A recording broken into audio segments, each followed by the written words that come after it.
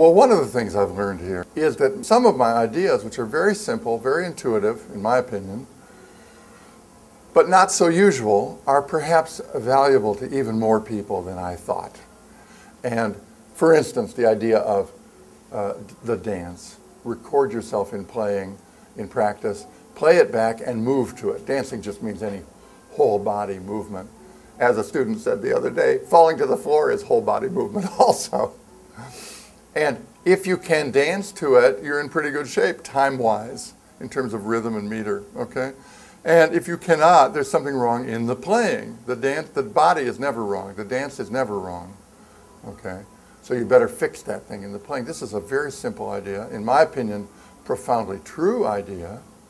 Why is it true?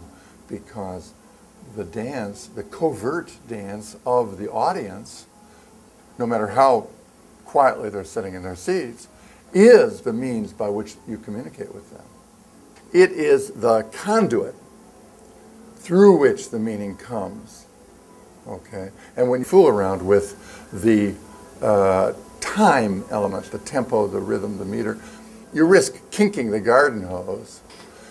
And, gee, why is there no water coming out of it? Okay, so it's that fundamental. Can you get the audience back once you've lost them that way? Yeah, sure, of course, just start playing danceably again. Get them back. But if you do it two times or three times or four times, you lose their goodwill and you don't get them back. Not that they're sitting there thinking, he's lost my goodwill, I'm not going to try again. All this goes on, in my opinion, on an unconscious level.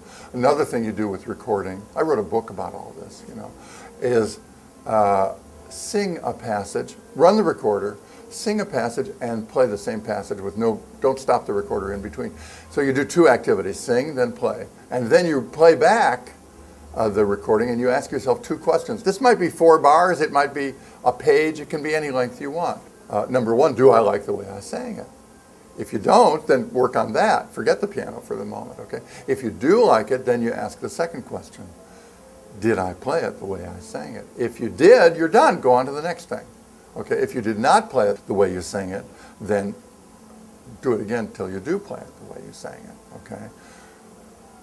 Maybe you decide, oh, I want to sing it a different way. That's fine, but then you have to go back to singing and be sure you sing it the way you're thinking about, and then, okay.